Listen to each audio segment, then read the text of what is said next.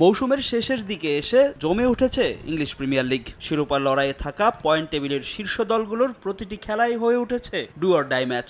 পা হরকালেই বিপদ, পিছিয়ে পড়তে হবে শিরোপার রেস থেকে।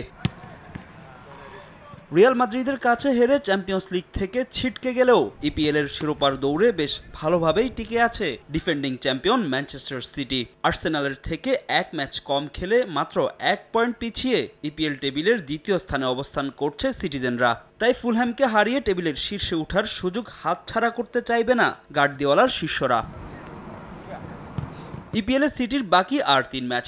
শিরোপা ধরে রাখতে সবকটি ম্যাচেই জয়ের বিকল্প নেই তাদের সামনে। অপরিবর্তিত একাদশ নিয়েই মাঠে নামবে তারা। দলে নেই কোনো ইনজুরি সমস্যা। প্রিমিয়ার লিগে নিজেদের শেষ ম্যাচে উলভসকে 5-1 গোলে হারিয়েছে বর্তমান চ্যাম্পিয়নরা। দুর্দান্ত ছন্দে আছেন আর্লিং হল্যান্ড। মধ্যমাঠে ডি ব্রুইনা, রদ্রি ও সিলভাও আছেন দারুণ ফর্মে। সাইড বেঞ্চে থাকা হুলিয়ান আলভারেজ ও জ্যাক গ্রেলিশ বাড়তি শক্তি যোগাবে সিটি স্কোয়াডে। তাই অনেকটা নির্ভর হয়ে মাঠে নামবে দলটি। সম্ভাব্য 4-3-3 ফরমেশনে দল সাজাবেন পেপ গার্দিওলা। প্রতিপক্ষের মাঠে খেলা হওয়ায় বাড়তি সতর্ক এই স্প্যানিশ মাস্টারমাইন্ড।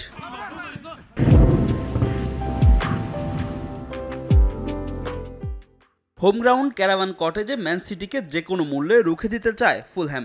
যদিও পরিসংখ্যান কথা বলছে সিটির পক্ষে। ফুলহ্যামের বিপক্ষে শেষ 5 দেখার একটিতেও হারেনি ম্যানচেস্টার সিটি।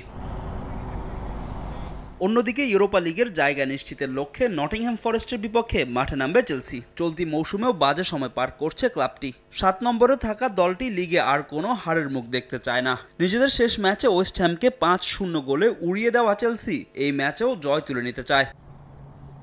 ফাহিম ইসলাম, সময় সংবাদ।